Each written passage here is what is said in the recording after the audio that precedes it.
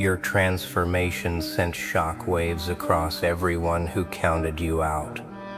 Nobody saw it coming. That's the part that keeps replaying in their heads. Whether they admit it or not, they had already written the ending. They'd already decided how this was supposed to go, filed you away in the category of people who don't come back from something like that, and moved on with their lives feeling confident in their assessment. And then you didn't follow the script. You didn't fade the way they expected. You didn't confirm what they'd already decided about you. You did something they weren't prepared to witness at all. You changed. Let's talk about what counted out actually looks like from the outside, because it's important to understand exactly what they were doing when they wrote you off. It's rarely dramatic. Nobody stands up and announces they've given up on you. It's quieter than that. It's the slightly different tone in their voice when they talk about you. It's the way they stop expecting much, stop checking in, stop factoring you into plans that require any kind of long-term investment. It's a slow withdrawal disguised as realism. They'd tell you, if you asked, that they were just being practical, that they'd seen how things usually go for people in your position, and they were simply adjusting their expectations accordingly. You felt that withdrawal, even when nobody said it out loud. You felt the shift in how people treated you, the subtle downgrade in how seriously they took your future. That's a particular kind of pain, being quietly filed under unlikely to change by people who used to believe in you without hesitation. Here's what they didn't understand about counting someone out. It doesn't actually determine anything. It's just a prediction, and predictions are only as good as the person making them, and most people are terrible at predicting what someone else is capable of, especially when that someone else hasn't finished deciding for themselves yet. Their doubt was never a verdict. It was just an opinion, formed from the outside, based on limited information, made by people who weren't inside your head during the parts that actually mattered. You were inside your own head during those parts. You knew things they didn't know. You knew what was actually happening underneath the surface, even when nothing visible was changing yet. You knew the small decisions being made in private, the shifts in how you thought about your own future, the moments where you quietly decided you weren't going to be the person they expected you to stay. None of that showed up in a way they could measure, so they kept counting you out, right up until the moment it stopped being possible to ignore. Transformation rarely announces itself in advance. That's part of why it shocks people so completely when it finally becomes visible. They're used to measuring you by whatever version of you they last interacted with, and they assume that version is fixed, permanent, unlikely to shift in any meaningful way. So when the shift finally becomes undeniable, it doesn't read to them as a gradual process they simply missed. It reads as sudden, almost impossible, like you skipped several steps they didn't know existed. You didn't skip anything, you just didn't do the work where they could see it. You did it in the ordinary, unremarkable moments that never make it into anyone else's version of your story. The early mornings nobody witnessed, the hard conversations you had with yourself instead of with an audience, the version of you that kept showing up to the difficult, boring, invisible tasks of actually becoming someone different, long before anyone else had a reason to notice. There's a particular kind of person who is more unsettled by your growth than by your struggle. Struggle to them is legible. It fits the story. It confirms whatever assumptions they already had about how this was going to go. Growth doesn't fit as easily. Growth means they were wrong. It means the framework they used to categorize you, however confidently they held on to it, was incomplete at best and completely mistaken at worst. Some people would honestly rather you had stayed stuck, because your staying stuck would have required nothing from them. Your transformation requires something. It requires them to reconsider a judgment they'd already comfortably settled into. That's not your responsibility to manage. You didn't change to make anyone comfortable with the update. You didn't do the work of becoming this version of yourself so that other people could feel validated in their surprise. You did it because staying where you were wasn't sustainable, and something in you refused to accept the limits other people had already decided applied to your future. Think about the specific kind of quiet defiance it takes to keep building when nobody's expecting anything from you. It's actually harder in some ways than proving people wrong who are actively watching, actively rooting for you to fail so they can say they told you so. The people who simply stopped paying attention are different. Their disengagement doesn't provoke you the same way active doubt does. It's easy to let low expectations become a comfortable place to rest, because nobody's checking, nobody's disappointed, nobody's going to notice either way. You had every excuse to settle into that comfort. Instead, you kept working, quietly, without an audience, without anyone tracking your progress or expecting an update. That's the part that makes the eventual shock so complete. They weren't watching closely enough to see it coming, because they had already decided there was nothing left to watch. The transformation happened entirely outside their field of vision, and by the time it became impossible to miss, there was no gradual adjustment period. Just a sudden confrontation with a version of you that didn't match the file they'd been keeping. You should know something about what actually drove this, because it wasn't spite. It's tempting to imagine transformation as something built out of anger, a desire to prove people wrong, a fire lit entirely by other people's doubt.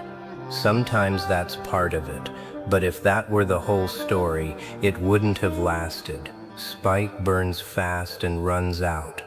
What actually sustains change over the long haul is something quieter and more durable than proving a point to anyone. You changed because you got tired of the version of your life that fit inside other people's expectations. You changed because the discomfort of staying the same eventually outweighed the comfort of staying familiar. That's a different engine entirely than revenge. Revenge needs an audience. What you built didn't need one. You would have kept building even if nobody had ever noticed, even if the shockwaves never happened, even if the people who counted you out never once had to update their assessment. The fact that they noticed is almost incidental. The fact that you did it at all is the actual story. There's something worth saying about the people who are struggling with this shift the most. Some of them will come around. Some of them will quietly adjust their understanding of you, maybe never saying it directly, but treating you differently going forward, in ways that acknowledge without announcing that they got it wrong. That's fine. Let them come around in their own time. Some of them, though, won't. Some people are too invested in their original assessment to ever fully revise it, because revising it would mean confronting how wrong they were, and that's a harder thing for some people than simply doubling down. You don't need either group's validation to know what actually happened. You were there. You know exactly what it took. Whether or not they ever catch up to that understanding isn't something you need to manage or wait for. Consider what it actually costs a person to hold on to low expectations of someone even after evidence starts contradicting them. It usually says more about their own relationship with change than it says about you. People who've never transformed anything meaningful in their own lives often find it hardest to believe someone else could. It's not always malice. Sometimes it's just the limits of their own imagination projected outward onto you as though your ceiling matches theirs. You were never obligated to live inside someone else's ceiling. You didn't need their belief to start building. You didn't need their permission to become someone they didn't expect. The whole process happened regardless of their expectations, running on a completely separate track from whatever story they were telling themselves about how your life was supposed to unfold. Let's talk about what actually changed, in practical terms, because transformation isn't usually one dramatic event. It's a compounding series of decisions that eventually add up to something unmistakable. You started making choices that reflected who you wanted to become instead of who you'd always been. Small choices, at first easy to dismiss individually, but they added up, they compounded. Each one made the next slightly easier, until the version of you making those choices barely resembled the version who used to hesitate before every single one. Nobody sees the compounding while it's happening. They only see the sum, delivered all at once, months or years later, and it looks like a sudden transformation because they missed every incremental step that built toward it. That's not their fault exactly, it's just how change tends to work. It's invisible until it isn't, and then it looks impossible in retrospect, even though every single piece of it was earned in full view of nobody. Here's something that matters more than the shock they felt. What you built wasn't built for them. It wasn't a performance staged for an audience of doubters, timed for maximum impact, designed to make a point at the exact moment it would land hardest. It happened because you needed it to happen, for your own sake, regardless of who was paying attention. The shockwaves are a side effect. They were never the goal.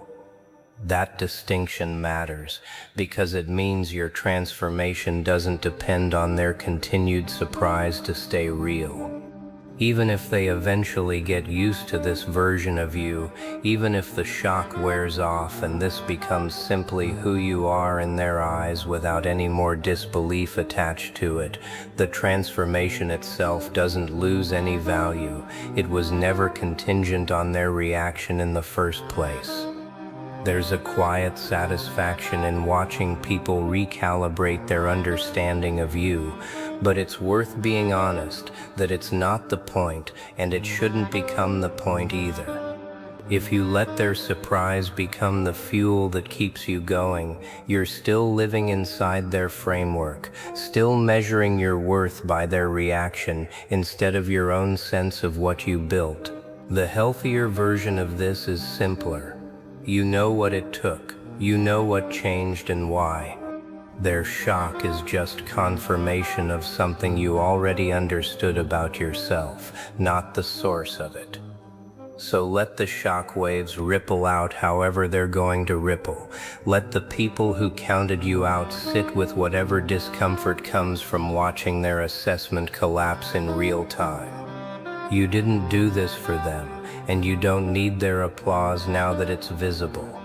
You did the work when nobody was checking, when nobody expected anything, when the version of you that eventually surprised everyone was still just a quiet decision being made in private, one ordinary day at a time. That's the actual story behind the shockwaves. Not a single dramatic moment, but years of unglamorous effort that finally became impossible to ignore. They're reacting to the result. You're the one who lived through the process, and no amount of their surprise will ever measure what it actually took to get here. Think about the specific moment they realized they had it wrong. Maybe it wasn't dramatic. Maybe it was small, a passing comment, a look on their face when you handled something with a steadiness they didn't expect, a moment where the old story they'd been telling about you simply stopped fitting the person standing in front of them. Those small moments of recalibration are happening constantly, in rooms you're not even in, among people revising their opinion of you without ever saying it directly to your face. You'll probably never hear most of those private corrections. People rarely announce when they've been wrong about someone. They just quietly update how they treat you going forward, hoping you won't notice the shift, hoping you won't ask them to account for the years they spent underestimating you. You don't need them to account for it. You already know what happened. Their silence about it doesn't change the outcome. There's also something worth saying about the people who tried to stay close to the old version of you, even after the transformation was undeniable. Some relationships were built around who you used to be, around the specific shape of your limitations, and those relationships don't always survive the update. Some people liked you better small. Not out of malice necessarily, but because your smallness made them comfortable in ways your growth doesn't. That's a hard thing to sit with, watching certain relationships strain under the weight of your own progress. But it's not a reason to shrink back down to fit the space they preferred. You're not responsible for making your transformation convenient for everyone who benefited from the earlier version of you. Growth that doesn't disrupt anything probably isn't growth at all. If nobody's expectations had to shift, if nothing about the dynamic had to change, it likely means you never actually moved. Consider, too, the version of you that had to exist during the transition itself, the messy middle that nobody talks about because it doesn't photograph well.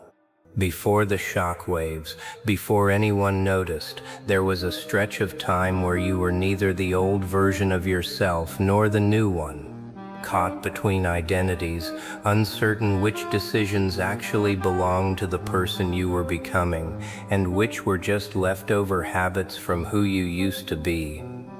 That stretch is disorienting. It doesn't feel like progress while you're inside it.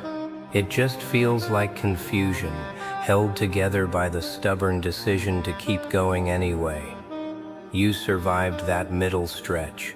You kept making choices even when you couldn't yet see where they were leading.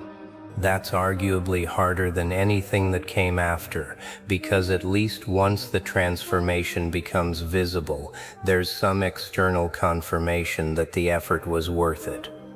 During the messy middle, you had none of that. You just had your own conviction, unverified, untested, carrying you forward anyway. What people are really reacting to, underneath the shock, is the realization that transformation like this was possible at all. For some of them, that realization is inspiring. It makes them wonder what they might be capable of if they stopped accepting the limits other people, or they themselves, had already decided applied to their lives. For others, it's uncomfortable, because it removes the excuse of impossibility they'd been quietly relying on to justify their own stagnation. Either way, your transformation isn't just about you anymore once it becomes visible. It becomes a reference point other people measure their own potential against, whether you asked for that role or not. You didn't ask for it. You're not responsible for what other people do with the example you've become. But it's worth acknowledging, at least to yourself, that the shockwaves aren't only about surprise. Some of them are about permission, people quietly giving themselves permission to imagine something different for their own lives because they watched you do it first. So here you are, standing on the other side of everything they assumed about you. Different in ways that took years to build and seconds to notice once it finally became undeniable. You didn't need their belief to get here. You didn't need their expectation, their encouragement, or even their attention. You built this in the spaces they weren't watching, out of decisions nobody applauded, sustained by something more durable than proving anyone wrong. Let the shock waves keep rippling. Let them keep recalibrating quietly in rooms you'll never hear about. You already know what it took. That knowledge doesn't need their confirmation to be complete. There's one last thing worth sitting with, because it's easy to miss in the middle of everyone else's reaction. The transformation isn't finished just because it became visible. Visibility isn't the finish line. It's just the point where other people finally caught up to something that had already been true for a while. You don't stop building the moment people start noticing.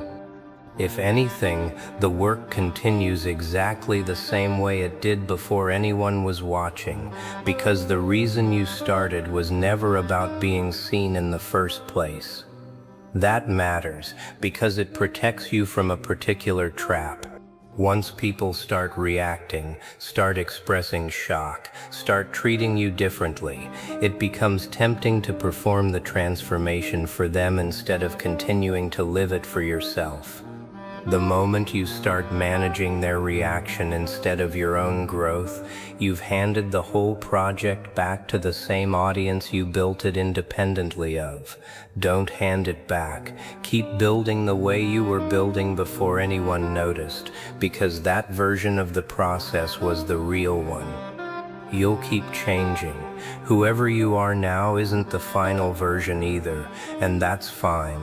The people who counted you out once will probably underestimate you again at some point, in some new way, because that's simply what people who don't understand growth tend to do. They measure you by your last known position and assume it's fixed. You already know that's not how it works. You've proven it once. You don't need to prove it again for their benefit, but you'll likely keep proving it anyway, quietly, because that's just who you've become.